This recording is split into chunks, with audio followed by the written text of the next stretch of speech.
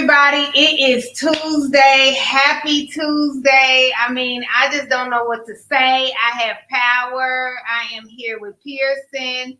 But welcome to the Rig on Wheel show featuring MVT. And I am your host, Kameel E. Gaines. And we have our everybody's favorite VP of recruiting, Robert Pierson, right? Over there in Missoula Valley. Doing good. Glad to be with you guys from Laredo, Texas. Wait a minute, but you are everybody's favorite VP, right? No. That depends. I'm not the favorite VP in my own house at times, so that really depends. Okay, because the president is the favorite VP over there. You're right? Yes. Yeah. Okay. But we are your ultimate destination for everything: the hot jobs, the news, the industry tips, and driver tips, and what we got? Recruitment tips. So this is your first and only truck driver recruitment show, and let's go ahead and make history together. Let me tell you, we got a lot of news. You know, sometimes I'm like, Pierson, we don't have no news. Our world is excellent. It's boring. But we had so much news, I had to cut down and say, we got to be able to talk about jobs and the car giveaway. We just don't have time for all the news that has happened in the last 6 days. Like it's just No, it's been a doozy. It's been a doozy. Well, let's start talking about some good stuff first. Diesel went down, so you can take that.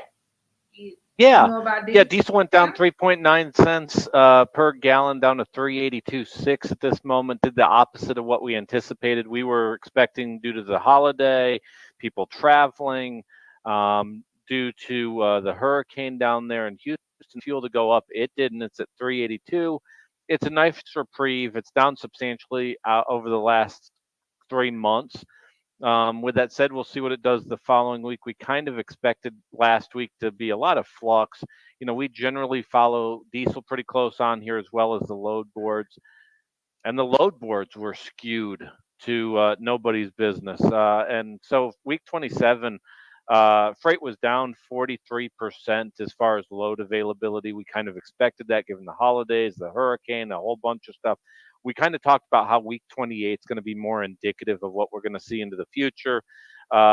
Despite the fact that freight volume was down 43%, there was obviously a lot of capacity drivers that were home because I can tell you that dry van went up a penny, flatbed stayed even, good increase for reefer there at 7 cents.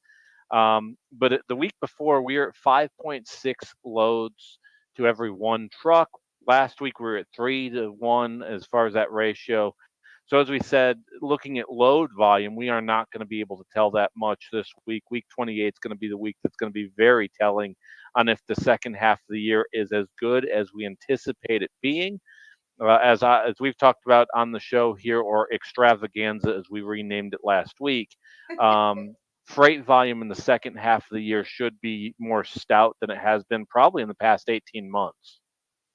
Yeah, I definitely would say that. And going back to that diesel, we had diesel going up for the last month or for the last 4 weeks, I guess, if we want to be exact. And so for it to come down, I just knew it was going to go up. And then I was, using my little fingers trying to look at what the Gulf Coast did, but it didn't go up either. I was like, what is going on? And then the Midwest came down the most, with 5 cents or so. And did you hear about the tornadoes that's been happening in Chicago? Yeah, I did. I didn't get all the details on that, though. Yeah, so, definitely drivers want them to be safe. A driver did a rollover today in Chicago in Hazelcrest, which is a suburb, and flipped over the interstate, or in Chicago we call it everything is expressway, so I don't know the correct term. It's not until I moved to Houston that I realized things were different, interstate, highway, and all of that. But so definitely prayers for his family, his co-workers, and everything, everyone that loved them. That's You know, all. I think the big thing to remember is being somewhat having trepidation on the road.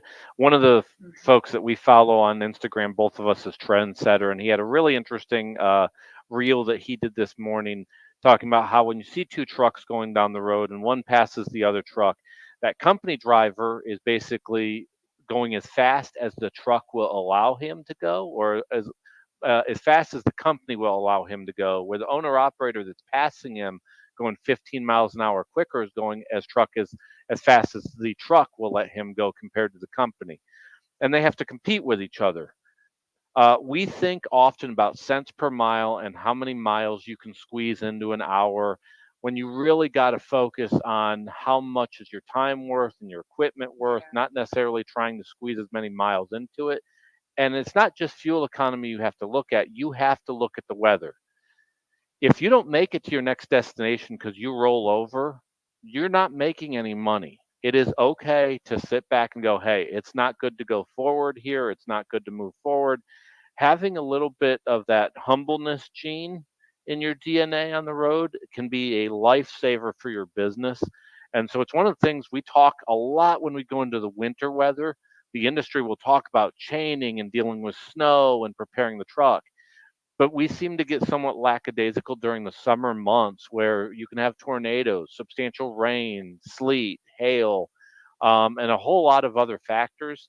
Uh, and look, best case scenario, the driver in the case of the rollover, I believe, lived. So thank God for that. But with that said, a rollover is catastrophic to your career. Most insurance providers do not want to cover you operating a vehicle after a rollover. It can be devastating to your career. Generally says you don't have control of your vehicle, which as a professional driver on the road is one of the most insightful indictments that can be lobbed upon you, is that you can't control the 80,000 pounds going down the road. It is worth telling a dispatcher, even if you get a dispatcher that doesn't understand what you're seeing, it is worth telling a dispatcher, I do not feel safe going forward. We have to let the weather pass, and dealing with any ramifications that come from that, then going forward in it and ultimately rolling the truck. Worst case scenario, there's a fatality. Best case scenario in a rollover is your career now has some extreme barriers and challenges as you look for your next job. Absolutely. Well, the guy that I was talking about today with the rollover, he didn't survive because he rolled over onto the in between viaducts in Chicago. The one you are probably talking about, yeah, he did survive. But the one I was talking about, he rolled over off the highway in between two viaducts, and Hmm. viaducts with everybody else's bridges. We call it viaducts in Chicago, where I'm from. So it was a That's lot to horrible. see. Yeah. Fox reported that, and then also I saw it on LinkedIn today, this morning. But let's definitely talk about this. Well, first, any political violence is horrible. We don't like any violence. Pierson and I are definitely against all of that. With that being said, Donald Trump did pick his VP, um, and that is Senator J.D. Vance. Now, Freightways had this morning, and I wanted to bring him up because he had been a pro when it came to like truck parking, and so he was very outward with that in support of the truck parking and the Improvement Act, which allocates over 755 million over the next 3 years for truck parking expansion. Um, and that is not just for the operation for the drivers, but that's for the safety for the drivers. And safety is one of the number one things when it comes to retention. Because everybody deserves, not just needs, but deserves to be safe. They need to know that then when they leave to, go to deploy, not to deploy, but sorry, to go off to their job, that they are going to be coming back home to their loved ones. So the safety, and so this particular um, a politician is all for that. Did you have something to say behind that? I have a few points that I have typed out. Oh, I definitely want to hear your points. I will just say that we seem to be in a bit of a transitionary period between parties. We had the head of the Teamsters union speaking at the RNC. Didn't That's see the that one first time coming. ever. Didn't see that one coming. I think there were I didn't see mixed that one coming. responses as I looked at the crowd reaction. But with that said, it feels like we are in a very transitional election. I Yeah. don't know how it's going to shape out, and you can talk to any political analyst; they probably couldn't tell you how it's going to shape out. I am somewhat encouraged by his VP pick. I'm interested to see Yeah. um, the impact. Trump hinted at discontinuing some of the tax breaks for the EVs. We'll see what that does to the price of fuel potentially, but the EVs in this country are propped up by a lot of tax breaks still at this moment. We can get into the debate if right, wrong, indifferent, but they are propped up substantially by those. It just feels like, this is going to be a very transitional year, and that I don't know that we recognize either party as it is today versus, say, 4 to 6 years from now. That's all I'd add, but I definitely want to hear your points. Let's roll. Yeah, that was the first time when I found out that he's the head of the Teamsters. I almost fell off my chair because it's the Teamsters and that's the Republican National. So, and it just seems like oil and water. But look at the pick that Trump has picked as well. So even though I know the Teamsters, nobody um, chooses to endorse any candidate, but I will say we're teeter tottering on hugging a party. You know, just kind of hugging. Okay, so also highlight the Drive Act. Dance co-sponsored, which claims to prevent mandatory speed limiters on trucks. This is a key issue for many truck drivers who argue that speed limiters can create safety hazards and efficiency on the road. Now, I'm against that. I believe in speed limiters in the trucks. Um, First of all, it's safety. Also, it helps maintenance for the trucks. It's about the overall everything. It's like a calculus problem. It's actually econometrics. And if anybody doesn't know what that class is in graduate school, it is the economics of calculus, literally. So that is what speed limiters do. So you can't just talk about velocity. That's undergrad. And I don't want to put college in here, but literally that's when I saw this, that's what that brought me back to those particular classes in school. That's undergrad, that's talking about velocity and all of that type of stuff, the same stuff that your kids learn in grade school.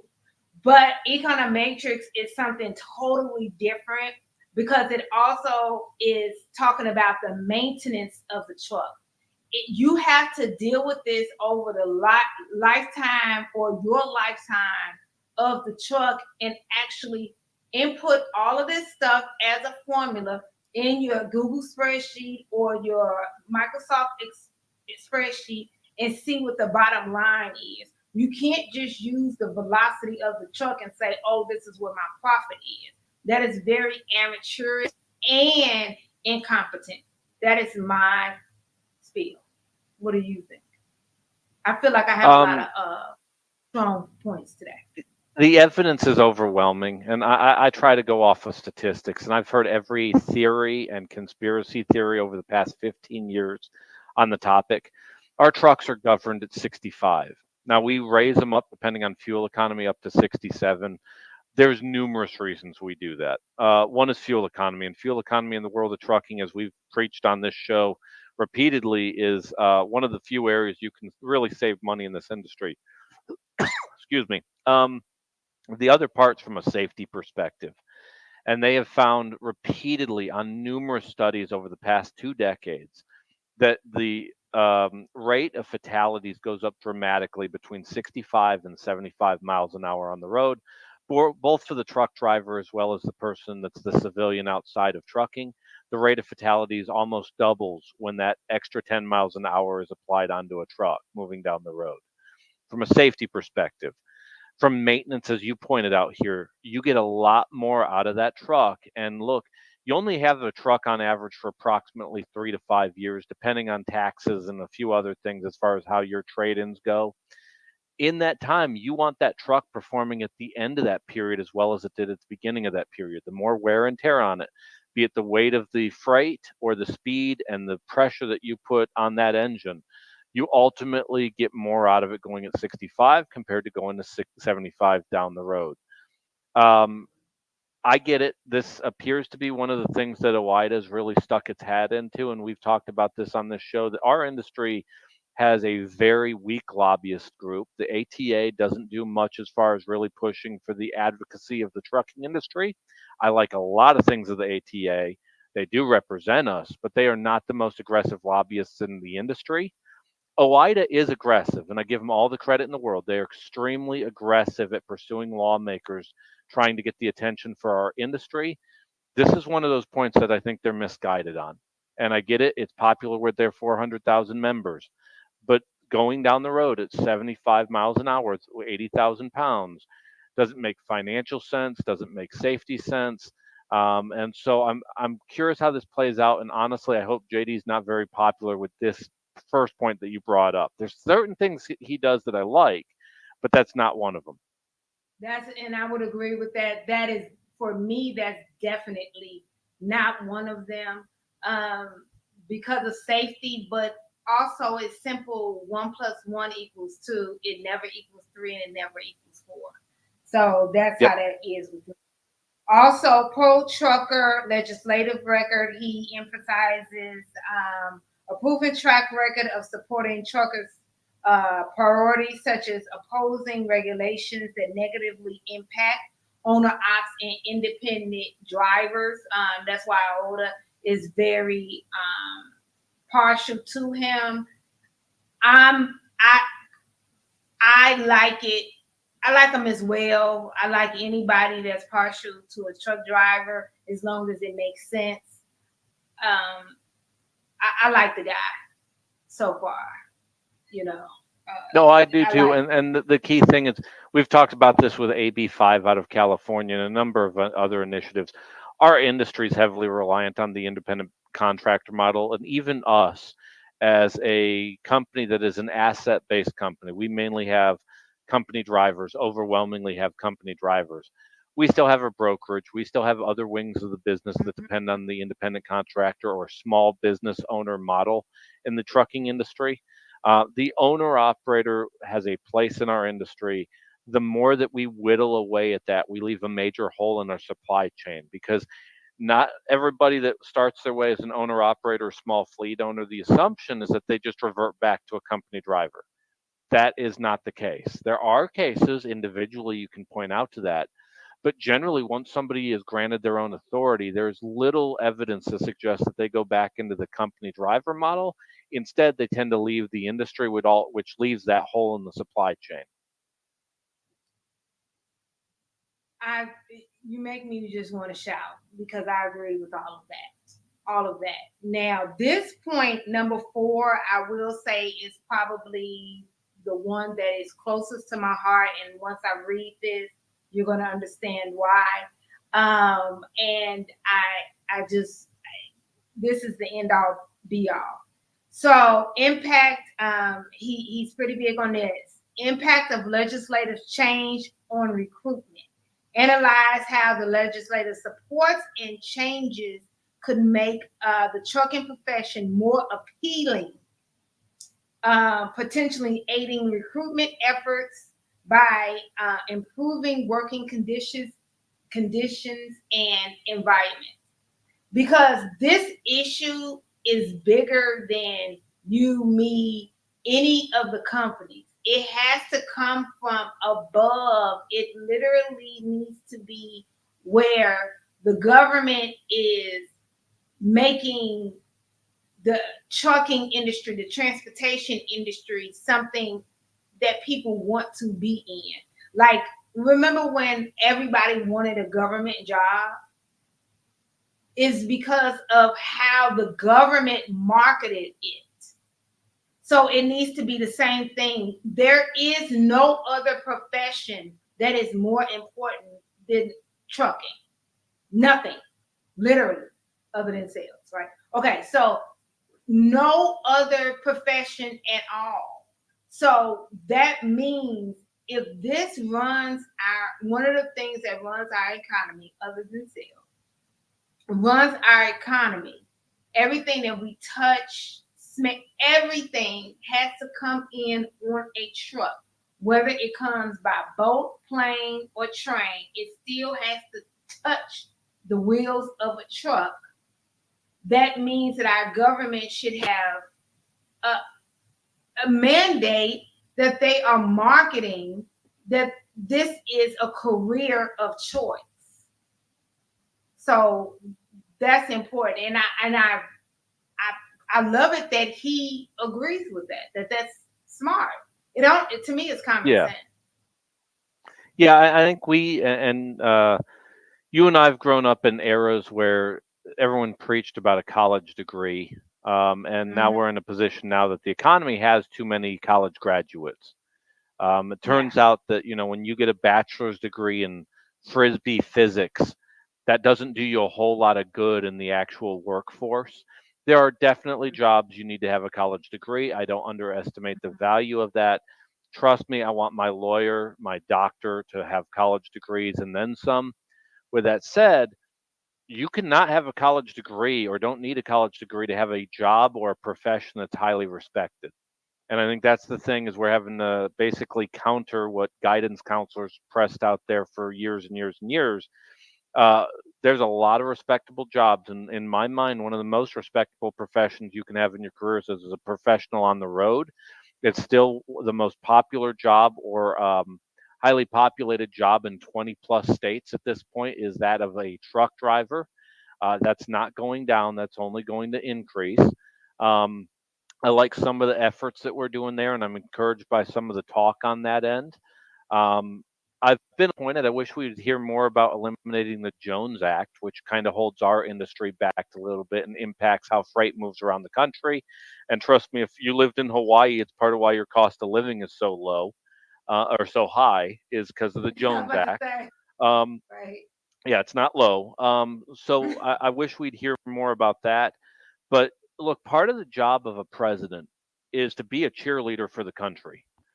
We kind of Mm-hmm. overemphasize this, but they give a ton of speeches. A average president's doing 5 full speeches every single day. Part of their job is that of a cheerleader for the country as well as a negotiator with other foreign leaders. Most of the laws physically come out of Congress, the Senate. Um, my big thing here is I want somebody that's going to talk about the trucking industry and the value of truck drivers and what they do and the importance of it and how to save it on a continuous and routine basis, not once a year or twice a year. It should be something that's talked about extensively. So that part gives me some encouragement that it's high on the priority list of talking piece.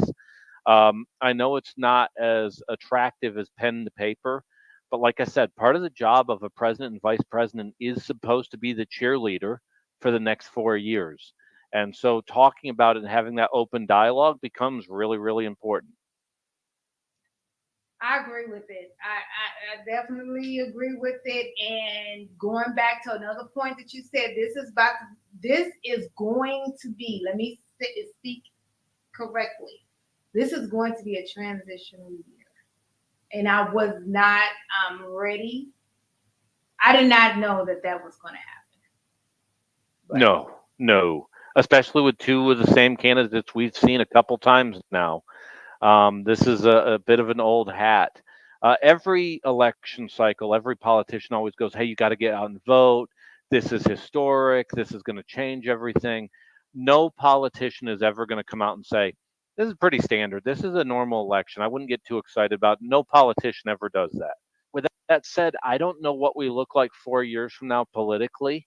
I don't think the pundits on TVs really know, but like I said, when night one of the RNC has the Teamsters leader up there speaking before the crowd and there in Milwaukee, that's got to be a sign of something. I don't know what it means, but I think we are seeing the winds changing. Yeah, something in the wind is changing. Well, the last thing that I want to say, and it's funny that you're in Laredo, and I didn't know.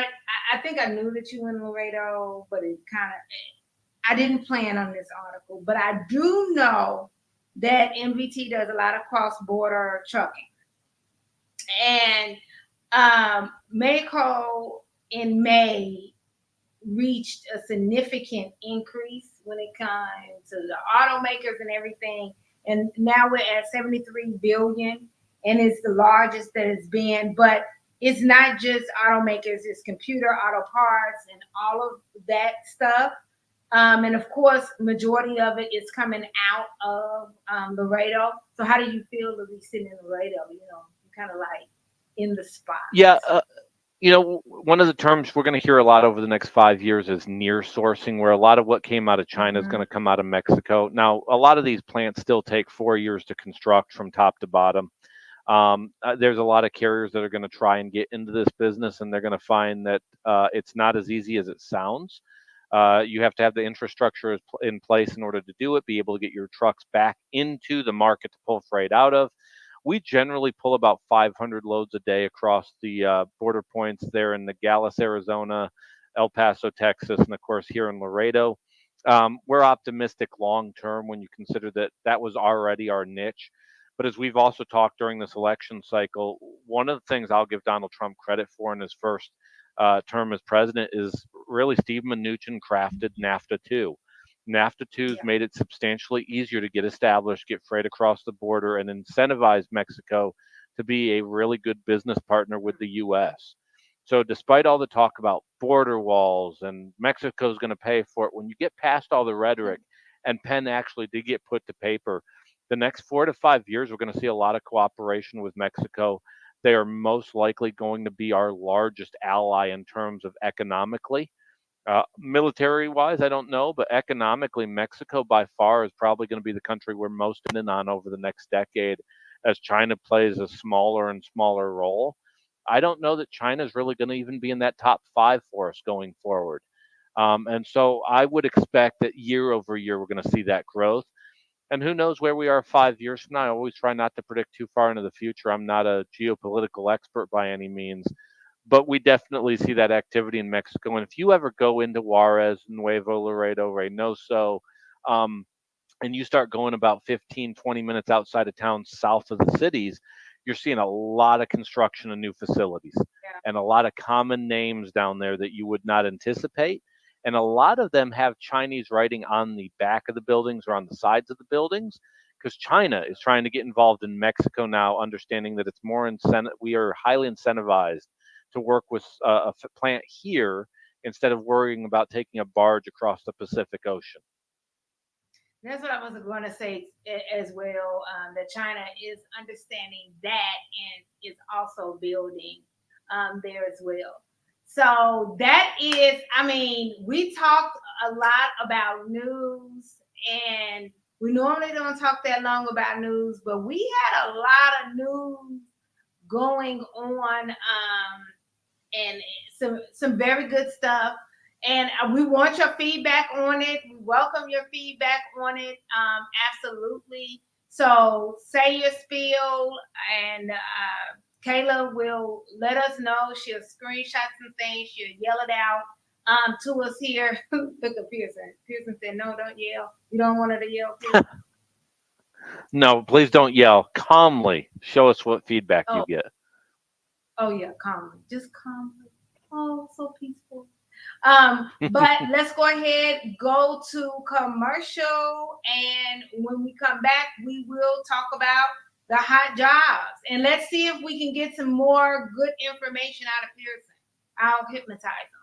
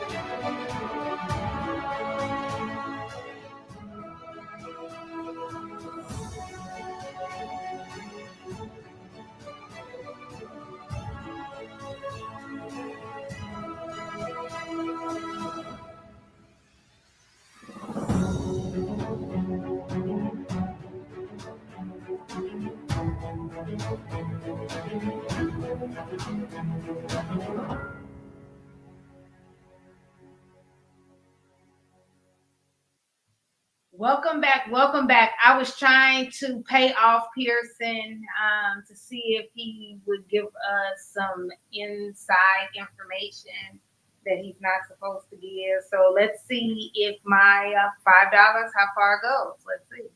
Oh God, $5 Sometimes I it need to feels get like coffee. no. Sometimes it feels like I'm in an interrogation here, and the next thing you know, I'll start giving away the last four of my social and a few other pieces of information by the time we're all done. Well, it is what it is. I'm kind of like what's Diane Sawyer? Yeah, she was an investigative journalist, wasn't she? Hmm. See, I got that Crap. right. Yeah. Very classy. Uh, yeah, absolutely. Want to jump into divisions, Kayla? Let's do it. Okay. Uh, That's let's 300 do. first. Oh, yeah, Oh, let's do 300. All right, one of my favorite divisions. It's the Triangle Division. Right now, we're actively hiring out of El Paso, our home market. We have approximately 650 drivers based out of the El Paso area. We could add about 40 to 50 drivers onto this specific division. We go out of El Paso and we go to one of four locations. We either go down to Laredo, San Antonio, Houston, or over to the DFW, popping up to the Colorado Front Range. Out of Colorado, we're going to take southbound freight down I-25, going towards either Albuquerque or continuing on down to El Paso, and then the driver's at home. The run takes approximately 4 to 4.5 days. Driver will get their 34-hour reset. They will be right back out on the road right after that. A lot of consistent home time, predictability on that home time, which is important to any driver or anybody that wants to just know, hey, I'm going to be home on this day. A lot of value to that. The other part of, even though the fact we go into Colorado, we are never going west to the Eisenhower Tunnel. So even though we may have to have chains because there are state laws regulating it, our drivers on this division are never having to use chains because they're not going up into those areas that would require you to use chains. Really strong customer base. We have customers that have been with us 2, 3, 4 decades in a couple cases. On this account, is made up of about 18 different customers.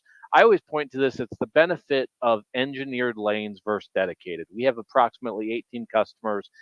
We rely on it. So when one customer cancels an order or something comes up, there's a lot of availability to have a backup to the backup to the backup to keep you rolling down the road. That's a lot of value. The other part, in each of those four markets, we have local drivers. And those local drivers are there to keep you rolling. Those local drivers are doing trailer repositions, last mile delivery. So, as what we would call an OTR driver, in actuality, this is more of an engineered lane or regional lane. You're able to experience a lot of drop and hook. This division for our drivers within Division 300 are about 80% drop and hook. You're going to average about 1680 a week. That comes out to $4 to $86,000 a year annually.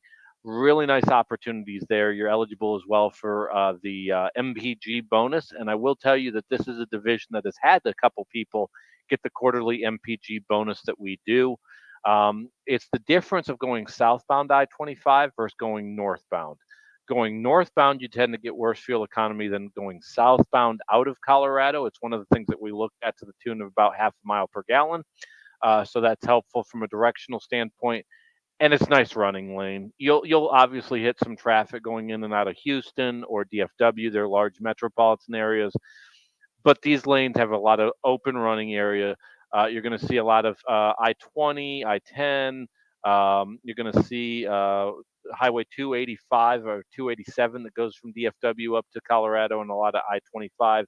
This tends to be a popular division in an industry that has really high turnover. We don't have turnover in particular in this division. Very few people once on it leave it. And so this is a division that I would definitely say if you live around around Las Cruces, New Mexico, or El Paso, give us a call today. We'd love to have you join our team, and you'd be doing orientation right there in El Paso with us for this division. Kayla, do we want to pull up my favorite division, 329? Division 329, Texas Regional. A lot of drop and hook this division as well. Taking both teams and solo drivers on this. There's weekly home time. Going to see a lot of freight out of Laredo, San Antonio, Houston, Mount Vernon, Fort Worth, Dallas. We have some freight that goes into the Panhandle coming out of Amarillo and Lubbock, as well as other points in between. High amount of drop and hook on this division, so the length of haul is shorter, but you're never more than a day from home. So God forbid if something ever happens and you have to get home in a hurry, you are never more than 24 hours away from the house. Our teams on this division will also round out to El Paso and come back into the normal running areas. Again, have current openings for this. We could take on about 25 to 30 drivers on this out of Houston, DFW, San Antonio, or Laredo. Most people in this division are going to do orientation where I'm at right now in Laredo. I presently have about 15 people behind me, behind this wall, that are doing this, and 7 of them are for Division 329. Really good guys back there right now. So again, a fun division. Make anywhere between $1,200 to $1,800 a week. That $1,200 is more or less if you have about 6 months of experience. If you have more than a year of experience, you're going to be closer to that $1,800 a week. And our teams on this division are averaging anywhere between $3,600 to $4,000 a week for the team. IKEA, Starbucks, Container Store, and many more customers in this. 90% of what we haul is going to be direct customer freight. It's going to be 70 to 80% drop and hook. And with all our freight, you do not need hazmat. You do not need any weird endorsements. You're not going to haul anything that will have you glowing in the dark at night. And it's no touch. We don't want our drivers to be lumpers. Our customers respect our drivers for the professionalism that they have behind the wheel and the handling of their freight. So it's a great opportunity with a nice running lane and consistent running lane with a lot of drop and hook. And I tell you what, let's talk about the stress-free division, Division 430. Division 430 have current openings out of Jacksonville. If you live in Jacksonville, you've talked to recruiters that have constantly tried to either send you towards Atlanta, where you can play around 285, which is not a lot of fun, or you're going to go up I-95, constantly going to DC and New York and Boston and the fun Northeast corridor. Not with our division here out of 430. About 60% of what we do out of here is with Lowe's, who's a really good customer for us, and we're expanding our business with Lowe's. And so one of the things that we have is Division 430 out of Jacksonville, Florida. You're going to go from Jacksonville to Houston, Houston to Laredo, and then Laredo back to Jacksonville. Generally, you're going to have weekly home time. We have a secure drop yard there in Jacksonville where you'll store your truck as well as be able to have parking for your vehicle. You're going to run I-10. Outside of getting a hurricane once every 5 years along this corridor, you're going to be able to run freely and stress-free, averaging about $1,200 a week. A lot of drop and hook, pretty good length of haul on it. We have approximately 75 people on, and we could grow this out to probably about 100 over the next 3 months. So opportunities to bring on 2 to 3 a week out of Jacksonville in this particular division. This is one of many divisions that we have, though, as well. So keep in mind, if we didn't talk about a market that you have actively seen on one of the 3 divisions that we featured today, we have other opportunities available out of Portland, Salt Lake City, Phoenix, El Paso, Albuquerque, Denver, the DFW marketplace, Houston, San Antonio, Laredo, Memphis, Tennessee, St. Louis, Nashville, all of Kentucky, all of Tennessee, as well as Jacksonville, Florida. And then we have an upcoming dedicated move that will only get shown on this show. Most likely near the end of August, we will have a home daily or home every other day dedicated opportunity. within about 50 miles of Columbus, Ohio. The first place that you'll find out about that, though, will be on this show, so you'll want to continue to tune in. We'll do orientation up there in Columbus, and so if you have anybody that lives in the Ohio area that's looking for great home time with OTR pay, you'll want to continue to tune in. So for any of these jobs, Kameel, do you want to tell them how they can reach out to the fine team there at Rig on Wheels? Yes, definitely. We have the recruiters. Look, we have the recruiters standing by. You have to literally be a certain age to understand what they need. So for everybody that is not that certain age, you don't understand. But anyway, give us a call at 281-968-3100, 281-968-3100. And all of the MVT jobs, basically, majority of them, they start at 6 months experience. If you don't fit the MVT criteria, we do have other companies. We want to put you in with MVT, but if for some reason you don't fit that criteria or you don't fit the criteria now, we do have other companies that you may fit. So give us a call at 281-968-3100 or go directly to the website at rigonwheels.com and complete the driver application. And we will, one of the recruiters will definitely give you a call today or tomorrow. Did you have something to say, Pierson? Yeah, I was going to say it's a good call to make too. As a professional on the road, when you get into the situation that you have to find a job, it is a long, grueling process. 10 Street, who follows this stuff, will say that the average driver that goes looking for a job ends up having to talk to 8 different recruiters. And I'm sure they're nice recruiters. I'm not saying anything about our competition. With that said, it's a long, grueling process. And it is one of those things that's stressful. The nice thing when you talk to Rig on Wheels is they essentially act as your agent. So let's pretend that you're a famous football player and you have teams vying for your services on their team. The nice thing here is Nimmer and Deborah and everybody on the Rig on Wheels team acts as your personal agent. So instead of having to have those 8 different relationships, they're going to talk about what you need, what you want. Now, I'm biased. I'm hoping that they're going to lead me to you. But in actuality, their job in this relationship is to figure out what's going to be the best fit for you. It's the difference between looking at a job of going, hey, let's hang out here for 90 days and see if it's going to work, or let's find a spot that ultimately is going to be a career destination that am more likely to have a long-term career with. And so take the time to have that call. The more information that you share with the folks at Rig on Wheels, the better off you're going to be, and the better off ultimately the carrier is going to be because they're getting a driver that wants to be where they're going. Absolutely. And I do want to piggyback off of that. Definitely share the information because that way we can put you in with this multiple companies and put you in with the right company. That is what our job is to put you in with the right company because we need to put you in with the company for you in this season. And I don't mean like it's summertime. I mean because of where you are right now and what your needs are for you and your family. So that is definitely what that is. Pierson. Yep, and absolutely. Rig on Wheels obviously needs to be profitable, but they don't have a quota with MVT. So as an example, there may be a month where I get 1 driver from Kameel and her team.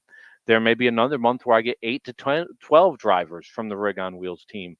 Ultimately, though, the nice thing is when I get a driver from Rig on Wheels, we want them, they want us. Tends to be a symbiotic relationship without getting too complicated there, and it ends up being a much more long-term success story rather than you showing up to orientation and going, what did I just sign up for? Absolutely. Because the entire point is to send over the ideal driver for MVT and vice versa. So what we definitely want to do is go to commercial. We want to go to commercial because I want to talk about how nice the trucks are. Okay. Because we talked about the hot jobs and you're going to be on the road for a couple of days at a time. So I want you to see how nice the trucks are, what type of technology in the room that you have in the truck. So I want you to see Joe. He's about 6'4", 6'5". So he's not a short guy. He's not a little guy. So you'll be able to see the room that you have in those trucks. So, Kayla, if you could definitely do that for us. At Mesilla Valley Transportation, every driver is behind the wheel of a late model International LT, a truck that takes comfort, convenience, and safety to a whole new level. Join us as we explore the impressive features of this powerhouse on wheels. The open road is full of surprises, and sometimes that includes unexpected encounters with wildlife. But worry not, the International LT has you covered. The front end protection guard offers an extra layer of defense, protecting you from animal strikes. Drive with confidence, knowing that you're shielded from the unexpected. We all know how important it is to keep our batteries charged, and our International LTs have your back. The Cummins X15 is equipped with an auto start feature, ensuring that your batteries are automatically recharged when they run low on volts. It's a seamless process that keeps you powered up and ready to hit the road. Disc brakes and an engine brake provide reliable and safe stopping power when you need it most. You can have peace of mind knowing that you're in control. Safety is at the forefront of what we do. Our International LTs are equipped with top-of-the-line safety features to ensure your well-being while out on the road. These tractors are equipped with Bendix fusion protection, collision mitigation, and lane departure warning. Achieving good fuel efficiency deserves recognition. With the International LT, your efforts don't go unnoticed. When you consistently achieve impressive miles per gallon, the International LT rewards you with increased speed. It's a little extra motivation to keep you pushing for better fuel economy. After a long drive, you're ready for a well-deserved break. With the International LT, you can enjoy your rest period in absolute comfort. Thanks to its auxiliary power unit, you can keep the driver's cabin heated or cooled just the way you like it. No matter the weather outside, you'll always find your sweet spot within our International LTs. The International LT understands that comfort extends beyond driving. It's a space where you can truly feel at home. I'm a big guy, and I have room to move around in here. With plenty of room to spare, the International LT accommodates even the tallest drivers. And there's ample storage for all your clothes, cooking essentials, and tools, making life on the road even more convenient. Speaking of cooking, bring along your appliances and don't sacrifice any luxuries thanks to all of our International LTs being equipped with built-in inverters. Dry your hair, make a smoothie, or play a game, all from the comfort of your truck. We take pride in our well-maintained fleet. And if by chance you do come across something wrong on your truck, you're never far from help thanks to our valuable relationship with Penske. With more than 750 brick-and-mortar Penske shops nationwide, their expert team is always ready to assist you. From routine maintenance to unexpected repairs, they'll get you taken care of and back on the road in no time. And there you have it. Just a few things about this late model International LT that make MBT the place to be. I just love that commercial because Joe does such a great job with being extremely detailed. It doesn't even give us much to have to say behind that because he does such a fantastic job with all of the detail of being able to talk about how, first of all, is the bunks in there that the cat or what the condo inside of there is for a team, even though majority of the drivers are solo. So that lets you know right there that it's a lot of room. Something you wanted to add on, Pierson? Yeah, I would say, we talked about it a lot last week as far as investing in people.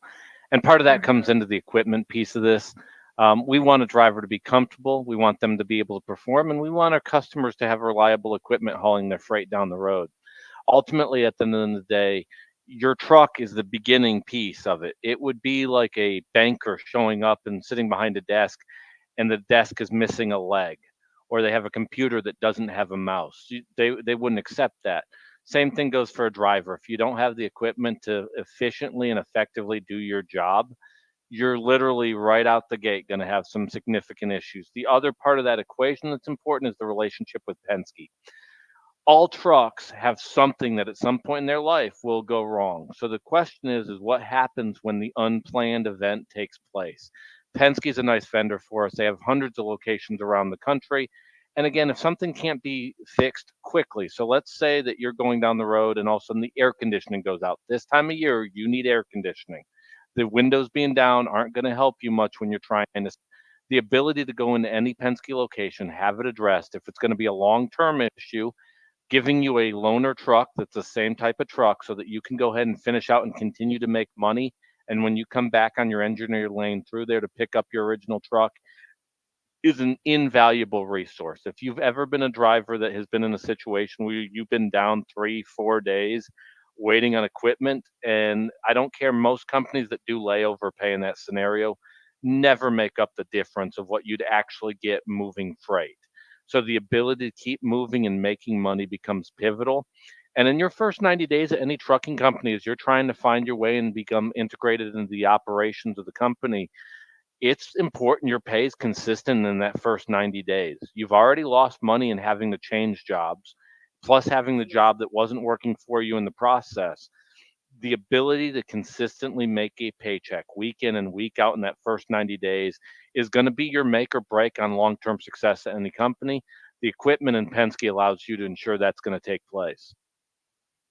Yeah, absolutely. And I'm glad you brought that up. And the realization is they lost those that time from when they switched companies. So you definitely want to go to a company that has the plans for when the truck does go down. So I'm glad you brought that up because that's very realistic. I think the important thing to keep in mind is valuing people's times. And so an example would be a lot of companies will pay somebody $50 a day for orientation.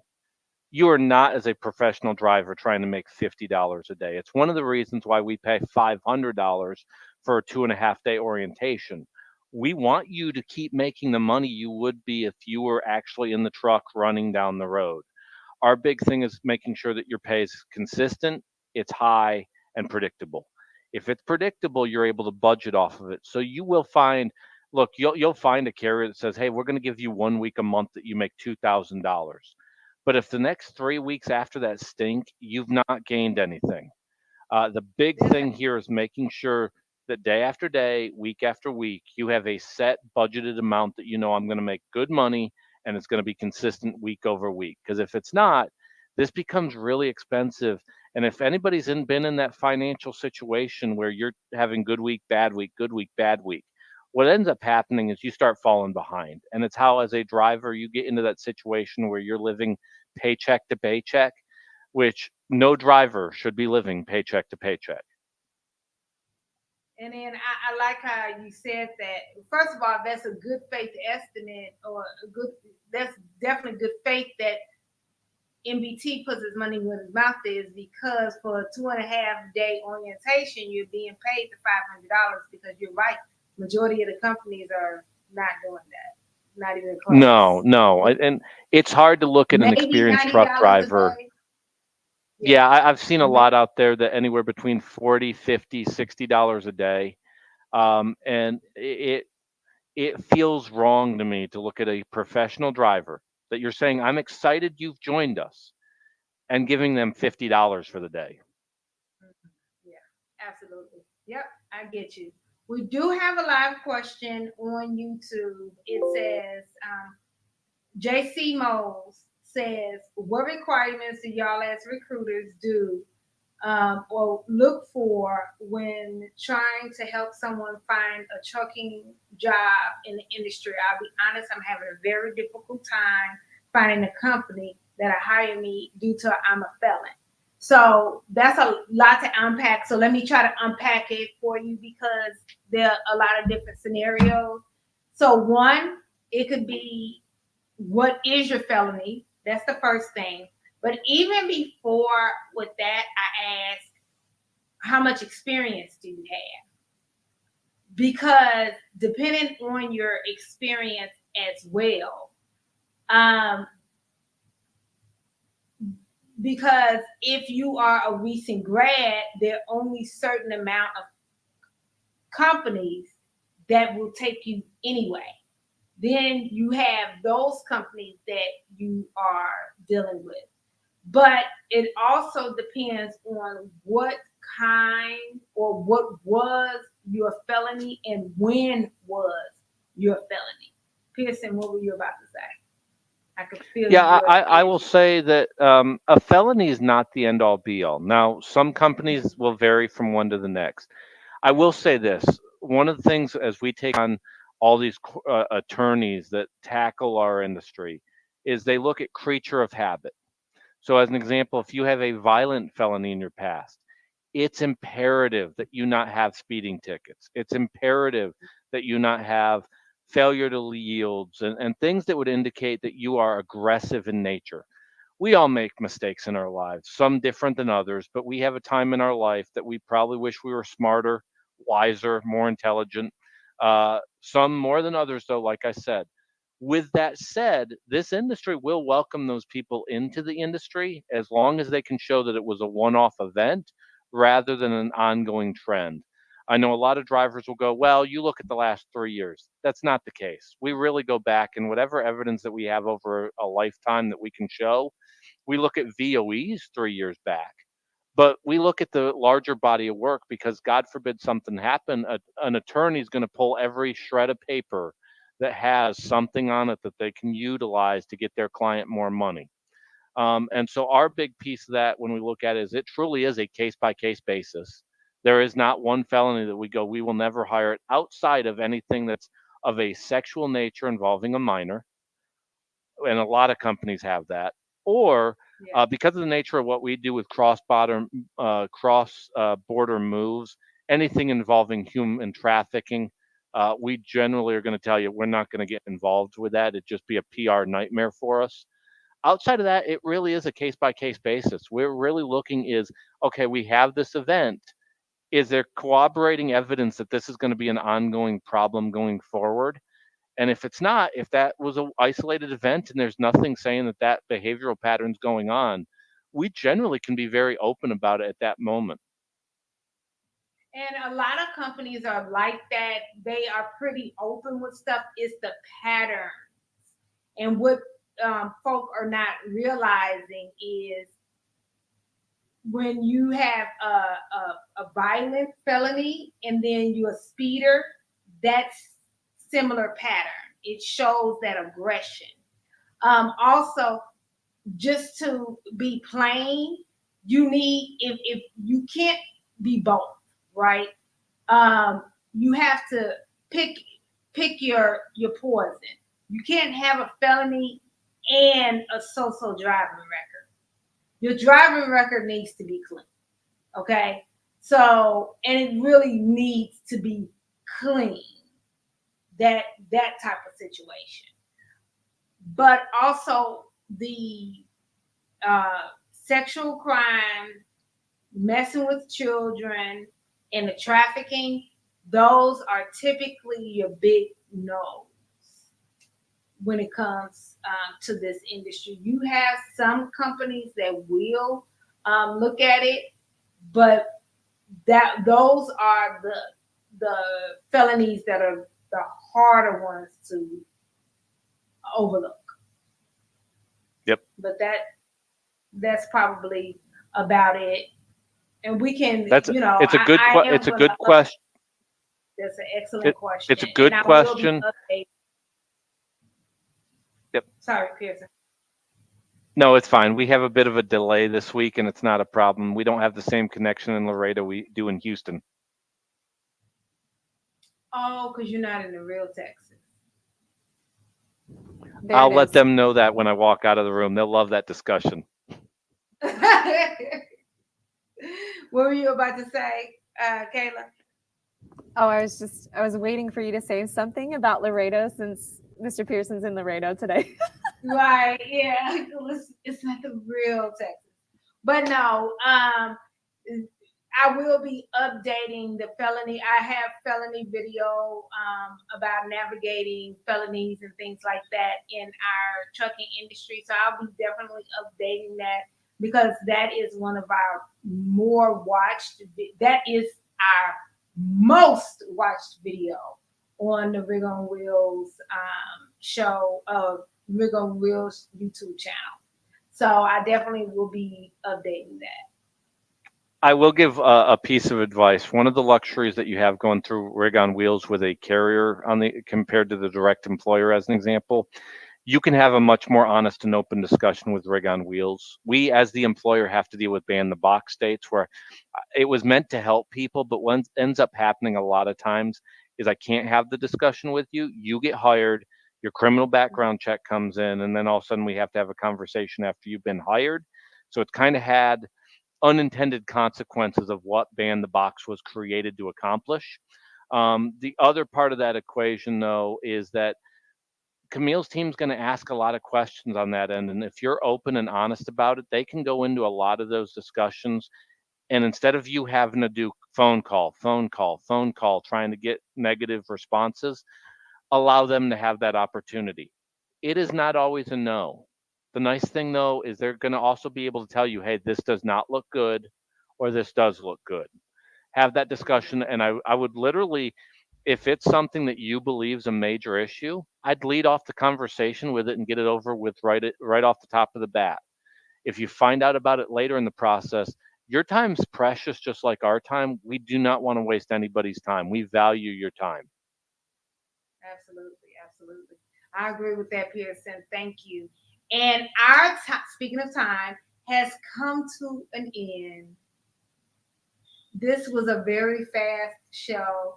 And I want you to enjoy your time in Laredo and all the rest of your week there. Absolutely. And I want everybody to be safe. I know that the hurricane and everything and how it's moving within the United States, Chicago getting all these tornadoes. I just want everybody to be safe, safe and sound. Just stay home. Just everybody just stay home. The only people on the road is truck drivers, so they can do what they do, and they can be able to be safe. I just want everybody to stay home. Stay home. I'm so nervous. All this bad weather. So, and we'll be back Tuesday at 3 p.m. Central Standard Time. Pierson, what do you have to tell everybody other than stay home? I think it's important to remember that we need to be able to disagree with each other and not flip the hell out. We're going to have differing opinions. I think that we mainly agree on 70% of things. Like most people that you bump into in the store, you probably agree with them more often than you disagree with them. We're all pretty much the same. There's about 30% of issues that we just feel differently about, and it's fine. If your ideas are better, you'll talk about it and you'll argument, but there's no reason to flip out. And I think that is the silver lining of what took place the other day at the Trump rally, is we probably need to have cooler heads and be okay with the fact that we don't have to agree with everybody. It does not make them a monster because they don't agree with you. I definitely agree with that. Absolutely. Everybody just take a breather, take a step back, think about it, So I want everybody to be safe and come back on Tuesday, and we'll see you here at 3 p.m. Bye-bye from the Rig on Wheel Show featuring MVT.